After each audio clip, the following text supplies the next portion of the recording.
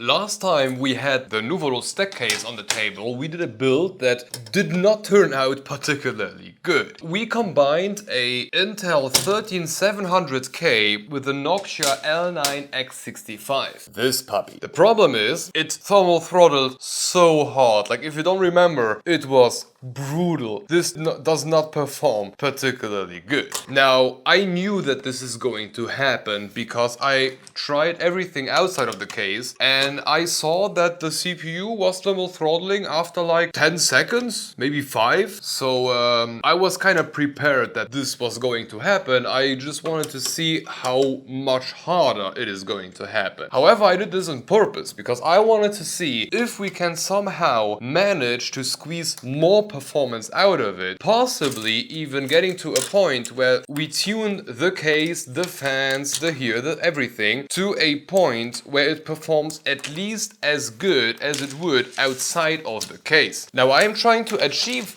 that, or at least some sort of better performance, under a very specific rule. I don't want to use any expansion slots for now. I think expansion slots for the stack, you know, the one where you stack more stack pieces on top of each other, I think all of that is meant for hardcore, hardline, soft tube, whatever, water cooling, custom stuff. You know, this stuff of God. And this is not going to be that. This is going to be air cooled. I want to see if we can manage to air cool a 13700K in here without adding any extra pieces. This is going to be hard, like really hard. However, I have a great plan. The first step for this great plan is to transform the... this is so hard to take out. Oh no, do I need to take this out? Yes, I do need to take this out. The way that I'm trying to do this is by transforming the case into dual slot mode. And this is also the reason why I chose the Gigabyte Vision 3070 to be used in this rig, because it's the biggest 30 series card that I own, which doesn't like restrict the usage of dual slot mode inside of this case. And I think we got a real shot here, because once we are in dual slot mode, I have one option that I think might bring so much more performance into this little thing that this is going to work. And I mean, I didn't try it outside the case, so I really don't know. This might work, this might not work. We will see if it does. I'm very excited to see if this works, because that way I kind of prove a lot of points, but we're going to see that. However, if you've seen our review on this puppy, going into dual slot mode requires so much work. It's really ridiculous how many steps you are going to be forced to do to get this case into dual slot. It's completely ridiculous. And I still strongly believe that the stack should come in dual slot mode by default. It's a mistake from Nouvolo that they don't do that. But I mean, it's their case. They are going to do what they think is right, but that's just my opinion. Okay, well, while doing the introduction for this video, I was able to take everything out. Because yes, getting into dual slot mode requires us to take everything out and much more. This is going to be such a freakishly fun ride. And no, I'm not going to let you sit through all of this. It would be too boring. It would just play off in speed mode.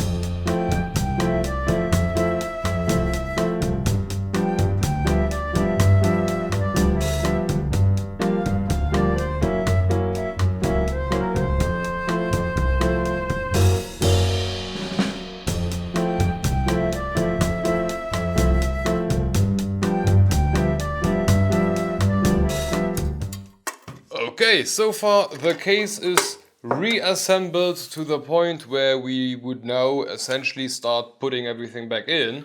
Okay, I guess let's continue by putting back in the motherboard and the GPU and everything, and the only thing that I'm kinda afraid of what will happen is that the power supply will be even harder to get in, especially considering that I now strongly believe that I have like a defect bracket for the power supply, because it just doesn't make sense that it is as low as it is in my case. Oh, and by the way, if you're building inside this thing and you need to disassemble it to a certain point, do yourself the favor and while you are screwing in the screws that keep each part attached to each other, press them together slightly. It helps to get rid of all of the little distances that you build up, because I mean, Nouvolo tried their best to make this fit perfectly, but given the versatility and the modularity of the case, you will get margins. It's just not possible to get it 100% right to a point where you can disassemble and assemble it again and again and again, and you will not in some sort create some sort of little gap between two parts. Okay, this is fine so far. Now, coming to that big problem I have with that damn power supply. First off, I don't need an SSD. I never use SSDs. This is just for review purposes. Yeah, bye. So apparently, in the first version, it was supposed to be installed in some sort in this way. Like you would put it above that. However, now, I don't know if the bracket had like a gap in the first version, and this one just doesn't. I don't know, but I mean, you can't do that. And how I initially believed it to work, because it works like that in 90% of cases that I ever worked in, is you would put the power supply into the mold that they created here. And in order to do that, or to make that possible, you would need to mount down the bracket in this orientation. However, the holes just don't align. They just don't. And they do align perfectly if you switch it up to orient this way. This just doesn't make any sense to me. I'm really unsure, and I will see to Nouvolo about this, because this is, I don't know, I'm not very fond about how this is mounted.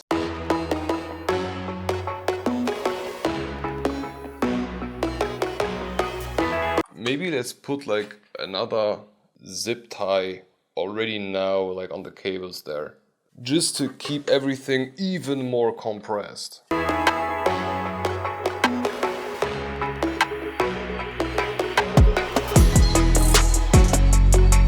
Okay, so we are basically again where we were at the very beginning, just that now everything is pushed back a couple of centimeters.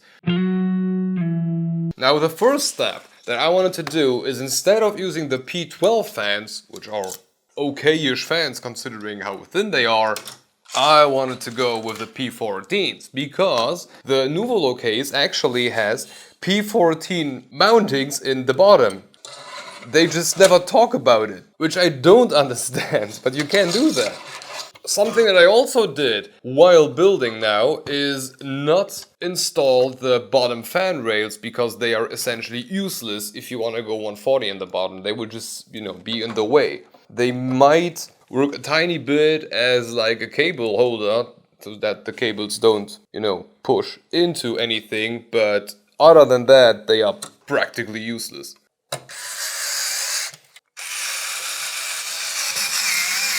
And ta-da! P14s are working perfectly fine. Now, perfectly is maybe a bit of an overstatement, because given their size, you need to kinda squish them, which is, I mean, for me that's fine.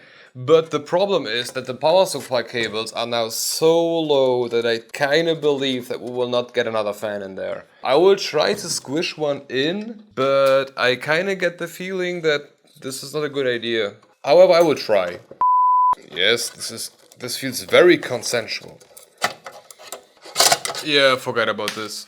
So due to the length of my particular cables, it is not going to work. However, I really don't care, because most of the cooling is needed in this area anyway. This is one of the reasons why I really wanted to go for 140mm fans, because now the fan is...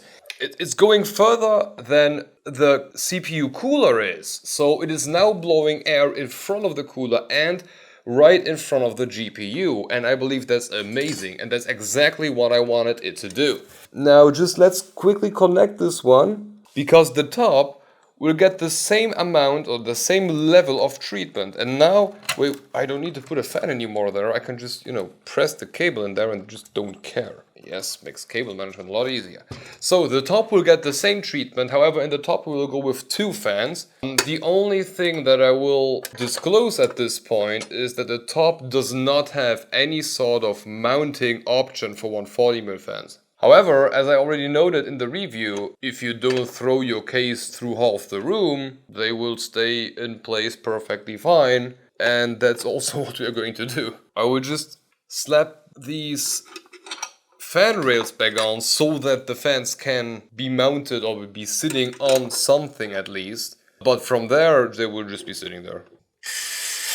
So one fan fits in perfectly fine, and the other one does too. Oh my god, this is so freaking perfect. However, I will use a couple of zip ties to keep both fans together. That way at least something is holding onto something. I think I even said it in the review, like if you don't mind using a couple of zip ties, you can just slap 140s in the top, nobody cares. Now, ta-da, this is perfect, exactly how I wanted it to be. Okay, we now have triple 140 fan. Initially I believe to do 4 of them, but we need to work with what we got. And from here, we are also already getting to the last thing that I think I'm able to pull off. Or that I know that I'm able to pull off. This is Noctua's NF-A9 X15, I think it's called, or high speed NF-A15, something along that line. I think it's 2500 RPM. It's not a bad fan, don't get me wrong, but the fact that it is only 50mm thick makes it incredibly weak compared to any other fan. So the last thing that we are going to do is remove this little puppy and take this one, the regularly sized Noctua NF-A9 Chromax.Black. Now this is not a high-speed version, there is no high-speed version of this Chromax.Black fan. There is only one of the slim one, which is unfortunate, but you know, we need to work with it. This little fan is Noctua's NF-A9 X15 or whatever the name is. But this here, this is Noctua's NF-A9 regular Chromax.Black at 25mm thickness. This is a whole other level of cooling than what a 15mm fan can do. Just take Fantex T30 fan as an example for that. That thing dominated a lot of benchmarks just due to its ridiculous thickness. Now I could add another rubber piece on the inner side of the fan, but I'm not going to do that. And I'm not going to do that because it would push the fan further away from the heatsink and more towards like the outer shell of the case, meaning that we have less of an air gap here, and that's what I'm trying to win. So this is basically the best I can do with the hardware that I have at hand when it comes to air cooling inside of this little puppy, and I'm really looking forward to what the benchmarks now show. And astonishingly, there is less cable cluster now here because we don't have a bottom fan, so all the cables now are squished in here because this fan didn't do a lot. It wasn't pushing air into anything. The PSU is pulling it from outside, pushing it out in the top. The two top ones are pulling it out again. The GPU on the other side is pulling it in, pushing it to the top where it is pulled out again. And this one is also working fine on its own. Plus the bottom fan is pushing air in front of it, plus in front of the GPU. So this is really now the best of the best of the best case scenario that I can somehow build inside of this puppy, and I really hope that this now performs better than it did before. Let's see if it closes easier than it did before. It does. It now closes a lot easier. Okay, I am really stoked to see what this small change just did. What the hell? This is worse than it was before. For the GPU, I understand it. We began at 83, 84, 85, 86 degrees C, so we are about 10 degrees C hotter than we were in the original like triple slot layout. And that I fully understand. The GPU is now squished against the panel, it doesn't have an air pocket anymore, so that makes total sense. But the CPU is 4.1, 4.0. I did not imagine that it would go down like that. To check if there is no mistake or anything, I removed the side panel where the CPU is on, and as expected, the numbers went all the way up again. It was better, back to 4.3, 4.4, things were looking fine again. So then I had an idea, maybe it is not the fan, because the fan is pushing a lot more air. Maybe it is really that air pocket in the front. So what I did is remove that Noctua NF-A6 fan and put the original A9 Slim fan back on there. So now, I can even show you, looking like this again. So we again have that slim fan on there, but the pocket, the air gap to the front is now looking significantly bigger. Look at these numbers now. Those are very very close to original out-of-the-box performance. Now don't get me wrong, this is still not good. The 13700K is running at 125 watts, so it's still locked by BIOS probably. It should be sitting at like 200 watts. This should burn a lot more, which would thermal throttle like crazy, because it should boost a lot higher. What was it, 4.6 something, 4.6, 4.5 gigahertz is not what it should be boosting to. But the point that I'm trying to get here today, the point that I found out is a Noctua L9 X65 works outside of the case exactly the same as inside the Nouvolo Steck 2, as long as it is in dual slot mode. And that's very, very important, because outside performance is basically best case scenario for an air cooler. You won't get much better than that, even if you have amazing case fans. The air outside is always easier to reach than if anything has to squish it to you. So what he found out is the mesh filter is, or the restriction that the case poses on the CPU cooler is really big if it is squished against it, but becomes significantly smaller, close to minimal or not even measurable once you get away a centimeter or two. This is amazing. This is very, very important, especially if you're looking for like the best cooler that you can push into this little puppy. And I still believe it's the L9 X65. I just now know that it is not the L9 X65 in combination with one of those. You will want to, put the original one, especially because after we tested it with the bigger one, we removed the panel, and yeah, even without the panel, so basically free air, it was still not as good as the smaller fan. So I don't know why that is the case, but it seems to be the case. I just don't really know why. But yeah, that is something I learned today. But okay, very, very interesting. Best case scenario for this case, for air cooler, in my opinion, still L9 X65, but with the original fan. This doesn't make any sense. But the P14s do a hell of a job in the top and in the bottom, the one. That's a very, very good idea. The bigger fan just isn't. It didn't work well. But still, the conclusion still stays the same. Given how much power these new chips are pulling, a setup like this, an air cooler of any sorts, in this form factor just doesn't work. Or I did not find yet one that does work. But who knows, Be Quiet just came out with one of those small form factor, apparently 100 watts TDP coolers. Who knows, maybe that one can pull it off in combination with a bigger fan, because 100 watts TDP is still not enough for a 13700K, but maybe some other fan can push it above that edge.